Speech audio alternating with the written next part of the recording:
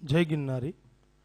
मोरबी से हमारे ऋषि कुमार रुद्र ऋषि का प्रश्न है कि पुराणों के प्रकरण में कई कार्य ऐसे बताए गए हैं कि स्त्रियों और शूद्रों को अधिकार नहीं दिया गया, तो ऐसा क्यों?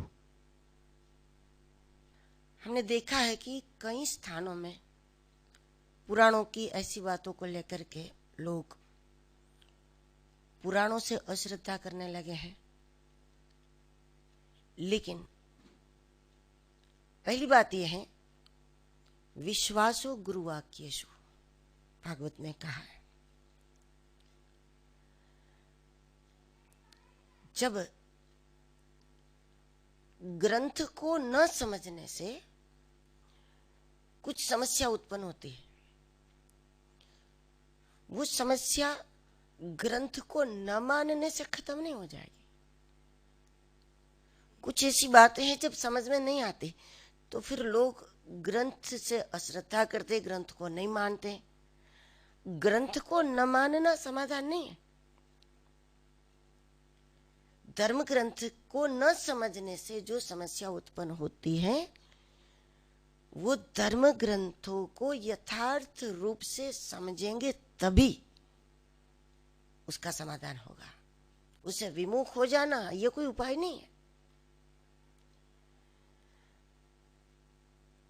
जब हम शास्त्र पढ़ते हैं तो उस समय हमें पहले शास्त्रों के रचयिता की भूमिका का विचार करना चाहिए।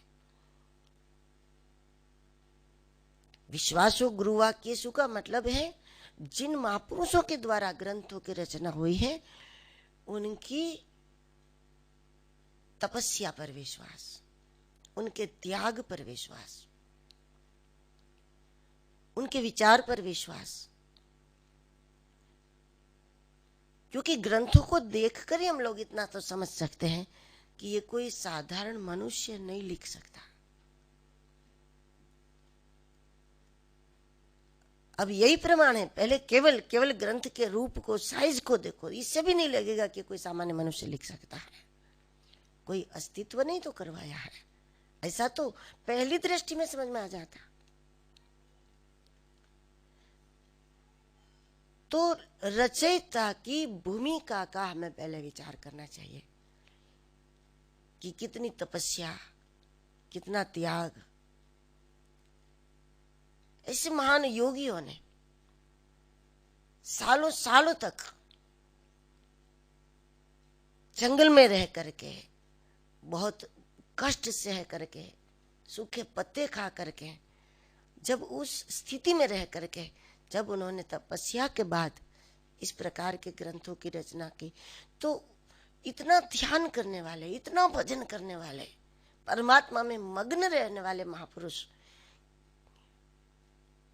क्या ऐसा कोई उनमें द्वेष हो सकता है? द्वेष भी हो सकता है क्या? उसमें कोई अज्ञान हो सकता? एक सामान्य व्यक्ति कहता है भगवान सब में है, तो क्या उन विभूतियों को नहीं बता कि भगवान सब में है?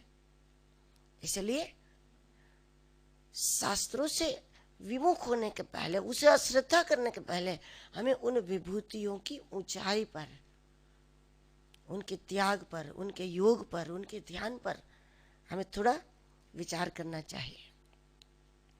और देखो, जब जब ऐसी बात आती है तब हमको लगता है कि शूद्रों के लिए, महिलाओं के लिए जो कुछ उन्होंने कहा कि कई ऐसे कार्य हैं उनमें उनको अधिकार नहीं दिया। लेकिन पहले ये समझना पड़ेगा कि उन विभूतियों की आंखों से देखे तो शूद्र कौन है। उस भूमिका से तो देखना पड़ेगा ना, उस ऊंचाई से हमें देखना पड़ेगा कि उसका रूप क्या है, शूद्र का रूप क्या है, स्त्री का रूप क्या है। जिनको सब में कण कण में कृष्ण दिखता है, हरे नर में नारायण दिखता है, लिखने वाले तो वो है। इसलिए हमें उनकी अवस्था पर संदेह नहीं करेंगे तो ये बात उन्हीं की कृपा से समझ में आने लगेगी। क्योंकि ऐसे महापुरुषों की दृष्टि में, जैसा मैंने सोचा है, कि जो सेवा में तन्मय है, ऐसे बोट लोग हैं, उससे आप कहो कि रोज 3 घंटे पाठ करो, आधा घंटा ध्यान करो, कथा सुनो। अब देखो ऐसे बहुत लोग हैं ना जो कहेंगे कि हमको कुछ काम दे दो। अब उसको 10 घंटे दौड़ने का कोई काम दो, इधर से उधर जाना है, उधर से उधर जाना है, ये सामान उधर करना है, उधर का इधर करना है, तो पसीना बहा देंगे, कर लेंगे, अच्छे से करेंगे। लेकिन उसको कहा जाए कि 1 घंटा पाठ कर लो, तो कहेंगे हम तो नहीं कर पाएंगे। तो क्या सेवा का स्वभाव हुआ? इसका स्वभाव यह है, और अपने स्वभाव के अनुरूप जब वो कार्य करेगा तो वहीं से वो भगवत प्राप्ति की ओर जा पाएगा। उसके स्वभाव के विपरीत कार्य में लगा करके भगवान की ओर ले जाना चाहो तो वो नहीं जा पाएगा। दौड़ने के लिए बोलो तो दौड़ेंगे। यही प्रमाण है ना कि स्वभाव से उनका सेवा का स्वभाव है, और जिनका सेवा का स्वभाव है वो जो कार्य करते, जब सेवा करते हैं तो वो सेवा में तन्मय हो जाते, तद्रूप हो जाते हैं। अब सेवा में जब कोई तद्रूप हो जाता है तो उसको और कुछ करने की क्या आवश्यकता?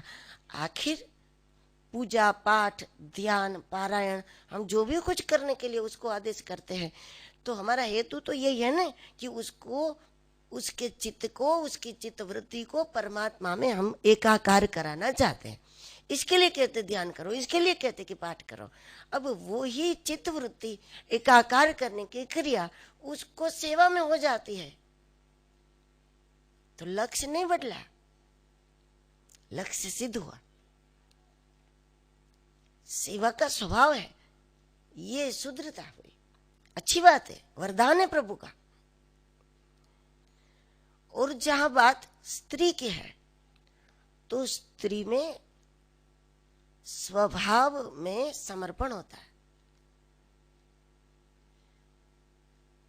जब तक सबको भोजन नहीं करा दिया हो तब तक उसके पेट में भूख हो तो भी वो नहीं खा सकते, और सबको खाते हुए देखे भी तभी उसको मन नहीं करता कि हम जल्दी कर ले, मुझे जल्दी मिल जाए। ऐसा समर्पण के बिना नहीं हो सकता।